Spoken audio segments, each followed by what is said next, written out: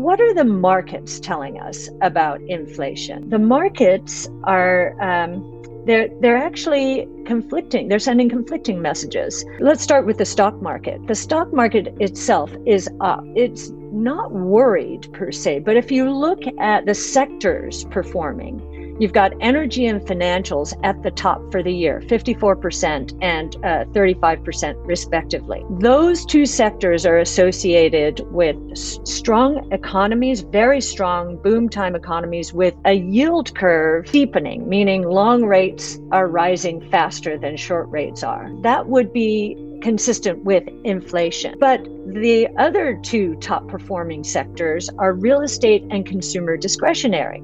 And those two do not benefit from inflation. They benefit from inflation coming down and lower interest rates. So that's very interesting. The stock market is confused about this topic. What about the bond market?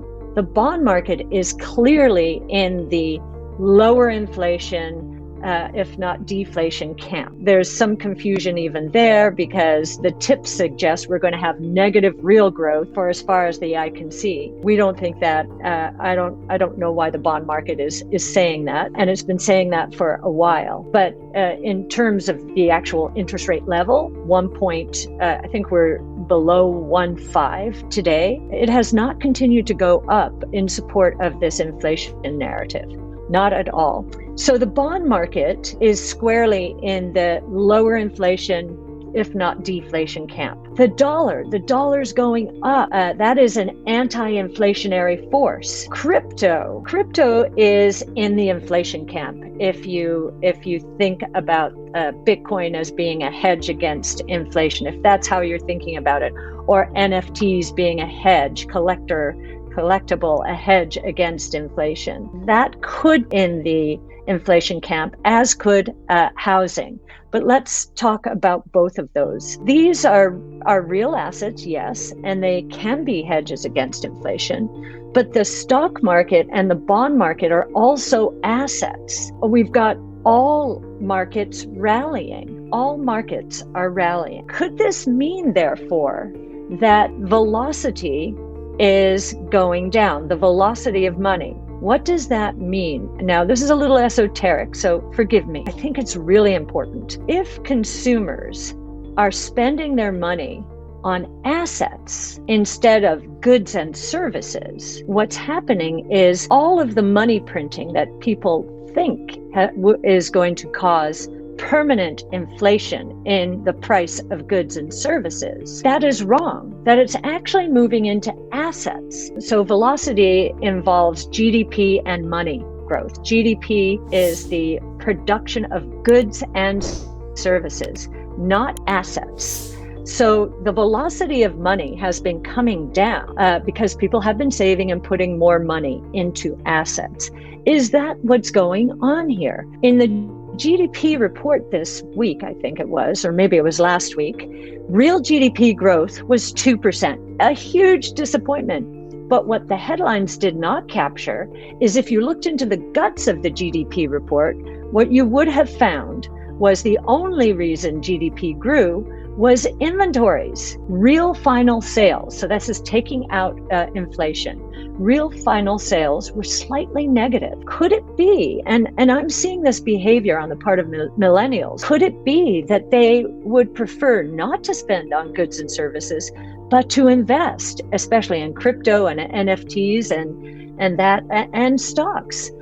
So very interesting there. But in terms of housing as an inflation indicator, Ivy Zellman of Zellman Research came out this week. She made a fantastic call on the housing bubble and bust, starting in 05, 06. And she was right, just a little early. She is very concerned that the housing prices we're seeing now are not sustainable, and for a few reasons. Before we continue, help us clicking that YouTube like button and subscribe now to our channel. This shows the algorithm that you valued this information, and it helps us spread that message. Sharing is caring. And now, let's continue. There is a lot of speculation. Two of the reasons include iBuying and private equity. iBuying, so that's when online brokers, real estate brokers, are willing to buy a home from someone who wants to sell, renovate it and flip it quickly and take friction out of the home selling and buying process. Well, one of the major iBuyers out there this week basically pulled out of that market and said, this is unstable. This is an unstable situation. We're losing money. We're not going to bet the company on it. I thought, wow, okay, that suggests something's changing in the housing market. We're also seeing massive inflows on the part of private equity and we have since 0809. They've made huge amounts of money from real estate, and they're continuing to pump more, buying up large tracts of homes all over the country and then selling them off at a profit after renovating. That is unsustainable. And we're also seeing a lot of pre-market buying. This home, a real estate agent says, well, this home is not on the market. I think I can get the owner to sell it at this price. We're seeing a lot of that here in St. Petersburg, Florida. And I think that's happening around not sustainable. I'm wondering if even the housing market inflation is going to give way here. And then the final thing I'll talk about, just a few things in terms of the stock market itself and high valuations. Peloton news this week, today or yesterday, about a big miss is feeding this stay at home is done. Get out of those stocks. They're too highly valued. We think that Peloton is an exception to the others like Zoom and Teladoc, for example. Peloton was really a stay-at-home company, a purchase. I wouldn't take what's going on in the market, especially very recently, to suggest that the stay-at-home stocks are done. We don't think so. We think they've changed the way we work, the way we live, education, medicine, and so forth. Wanted to get that one in there because it's quite topical. And the final thing I'll talk about is Bitcoin. Just some very interesting news. 3 regulators got together and wrote a paper which basically saying this is how we'd like to regulate stable coins. And the market took it very positively. No surprises. This had all been articulated and expected in some way. As far as Bitcoin specifically, we thought some full of very good moments this week. Eric Adams, who just was elected mayor of New York City, said he would accept pay in Bitcoin, and the Miami mayor said he would accept much more than, I can't remember the time frame, his salary in Bitcoin. So we have some friendly competition. They both want Bitcoin in their states, so Bitcoin developers and the Bitcoin ecosystem, which is fantastic. And then Square, Jack Dorsey, when asked on Square earnings call today, would you consider supporting any other cryptocurrency? And he said, no, just Bitcoin. Bitcoin is the native currency of the internet. And so we thought that was very interesting. Do you want to know one thing about crypto? I made over 3,000% in profit in a few weeks. Fact is, the traditional financial system, the traditional money system makes you poor, not rich. If you want to earn $500,000, $1 million, you have to wait until you're 50, 60, 70 in the traditional financial system, and you probably will still be broke. And you will be old. This is not a sexy combination, as you can imagine. But the question is, how can you start in crypto and make these profits? Where to invest? Where to start? My name is Gunnar and I'm from Germany, as you can hear, and things are a little bit different in Germany. More about that later on. The fact is, there are lots of different cryptocurrencies. It's a gigantic universe where beginners and professionals get easily lost. But there is light at the end of the tunnel. There are 7 key steps you need to follow to become successful in this market. You have to know them, and if you fail one of them, it's literally impossible to succeed in this market. Just an example, one of the key points is your exchange, and one of the biggest are, for example, Binance and Coinbase.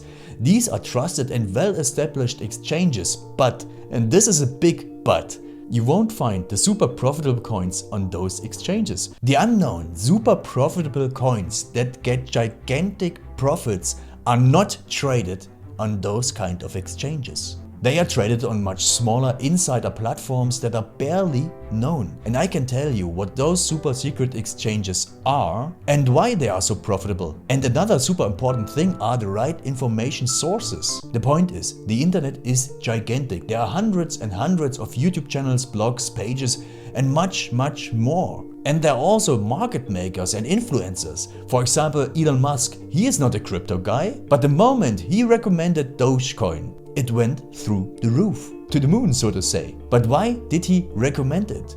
Where did he hear it from? He didn't hear it from newspapers. And believe me, he is listening to someone. But you have to know who, and you have to react before he is reacting. This is really important. And these are only 2 of the 7 steps you have to follow in order to be successful in crypto. And if you want to know all of these steps in much more detail, and if you want to have a comprehensive checklist, here's what you should do. There is a link below this video. Click on this link and you will get the opportunity to subscribe to my channel. Click on the link and you will see a video where I explain the next steps. So see you soon. Click on the link now. I'll see you there.